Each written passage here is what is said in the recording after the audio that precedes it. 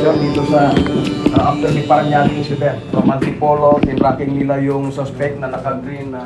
Noong nakaraang Sabado, sa isang follow-up operation ng Manila Police District sa Cavite, nasa kote ang isa sa mga di umano'y nakatakas sa Parañaque shootout. O, kasama kami pero pagputukan, takbo na kami kaya yun ang papel namin, i-look out. Ito ang naging payag ni Rolando Osorio alias Kalag sa programang Pulis-Pulis matapos na masakote ang kanilang grupo noong Sabado sa Talabados, Bacoor, Cavite. Ayon kay Kalag, responsable ang kanyang grupo sa sunod-sunod na hold-upan sa Metro Manila at kalapit na probinsya. In the morning of after ng Parañaque, pumunta doon yung tropa nila Major Madrideo.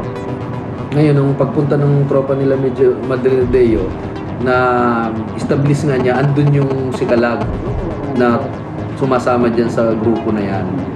At saka yung dating scout ranger na si Bokbok. So, dahil naman meron kaming warrant of arrest kay Kalag, sinerve namin. Nakatakbo pa yan, nakipaghabulan pa, nakipagputukan pa.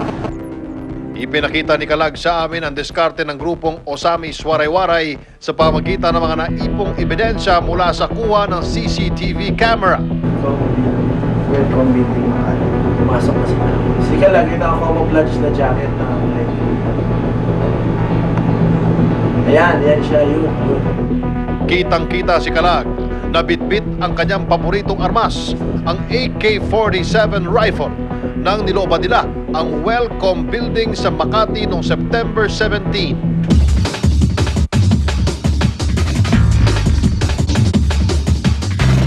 Sila rin daw ang grupong kung tawagin ay Midnight Hazer, mga tulisang gumagamit pa ng uniformeng pampulis at sundalo.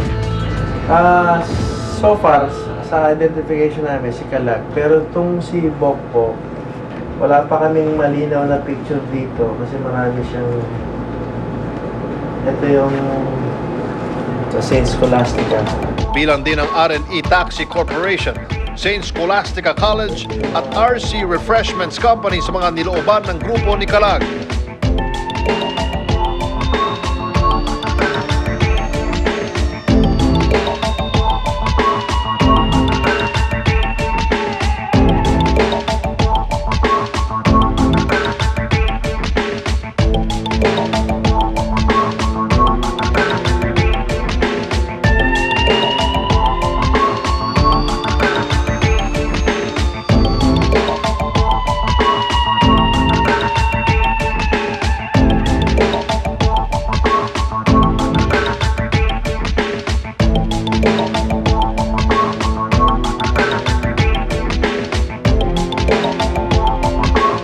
Kabilang sa mga ebidensyang nakuha ng mga otoridad sa umano'y hideout ng grupo ni Kalag sa Cavite, ang iba't ibang kalibre ng baril at uniforme ng SWAT.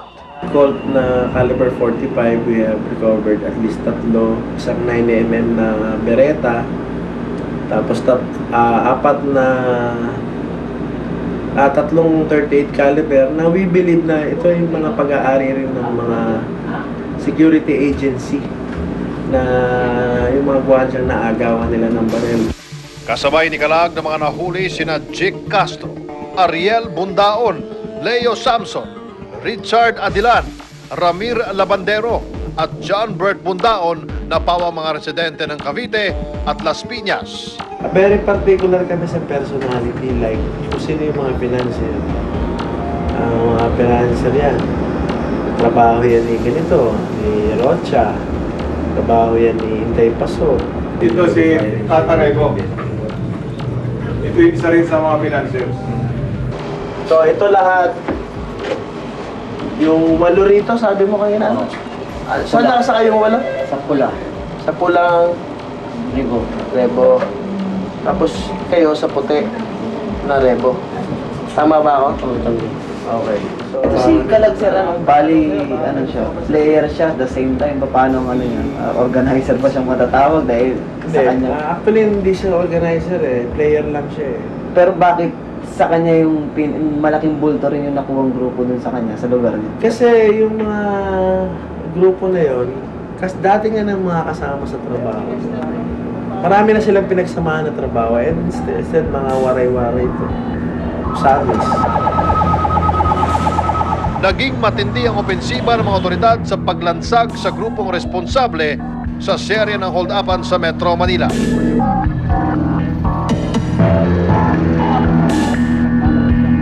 May ilang pulis na rin na nagbuwis ng buhay sa pagpapatupad ng kanilang mga tungkulin at may ilang sibilyan na din ang nadamay. Ilan taon yung bata? Hindi, yung bata. Leia Aliana. Leia Aliana. Ibang bala dyan. How do you deal with such kind of heavily armed group determined to kill, determined to hurt anyone who stands against their way, no? How do you deal with that? Kailangan talaga very, very judicious handling, ensuring that no one among our operating troops will be hurt and no one among the civilian bystanders will be hurt. Alam nila yan eh. But due to certain conditions on the ground, madilim ang lugar, tsaka heavy yung armaments nitong grupong ito, malaking grupo, under the circumstances, you'll never know. The sentiments that will prevail in every individual policeman on the ground. No, you'll never know. He will have to make his judgment call right there. Pero patuloy pa rin ang maigting na kampanya. From the very start, naging serious talaga tayo dyan dahil yan ang number 1 na order ng ating NCRPO Director na si General Batawin at ng aming District Director na si General Rosales, 10 ng ating Chief PNP na si General Bersosa na mag-concentrate tayo sa organized crime group at nakikita natin na nagkakameron ng resulta. Kaya sa mga tao na nais na gumawa ng ganitong klaseng grupo, magdalawang isip kayo. We will get you. If not now, the soonest possible time we will be getting you.